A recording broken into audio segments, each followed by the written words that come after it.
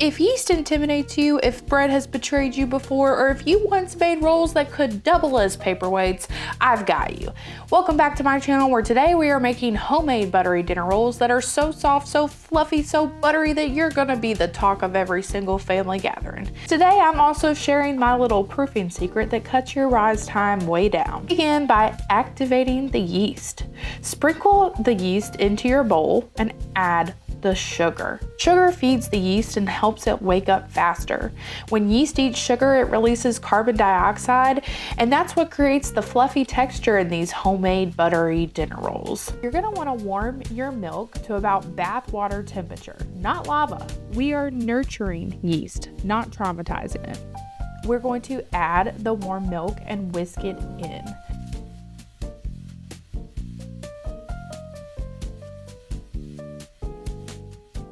You're gonna also let it sit once you get done for about 10 minutes until it gets foamy. That foam means the yeast is alive, active, and producing gas. No foam means no rise later, and rise is everything when you want soft rolls instead of bread bricks. If it blooms, we celebrate. If not, respectfully replace it. This is incredibly important. If your yeast doesn't activate, your dough will not rise. So you're gonna add your melted and cooled butter. The butter adds fat, and fat makes bread softer and richer. It coats the flour protein so the rolls stay tender instead of chewy. Then we're going to add an egg.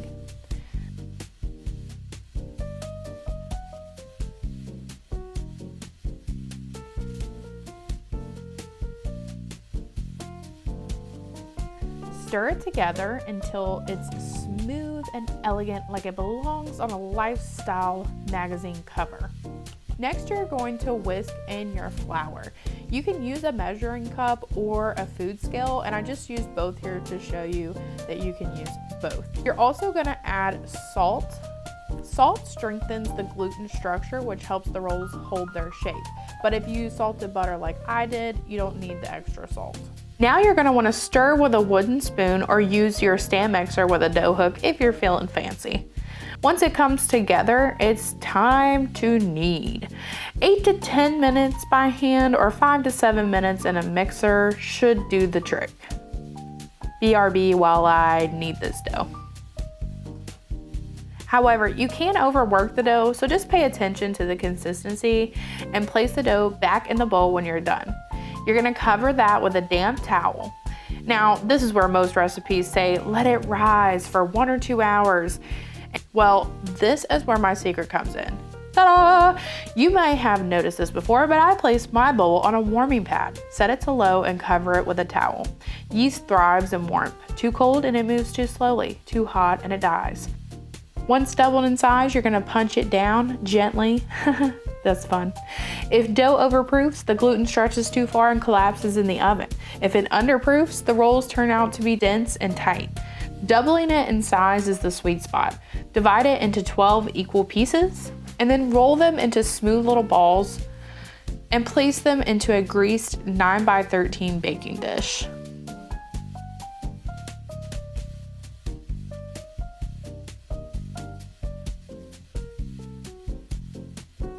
Once you have all of your balls in your dish, cover again with a towel and let them sit for about 30 to 45 minutes on your warming pad until they're puffy. That gentle warmth makes the dough rise beautifully in about half the time. This second rise builds even more air inside the dough. It's what gives these homemade buttery dinner rolls that soft pull-apart texture instead of a compact crumb. Preheat your oven to 375 degrees. Bake for 20 to 25 minutes or until golden brown. I definitely recommend keeping an eye on them, as every oven can be different. That golden color comes from when heat transforms sugar and proteins into flavor and color. Science, but make it delicious. And now the moment that transforms these into true homemade buttery dinner rolls.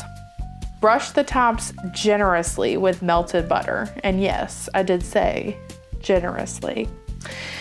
We are committing to the theme here. They are fluffy, they are tender, and they are completely doable, even if yeast once scared you. because now you have confidence and a warming pad.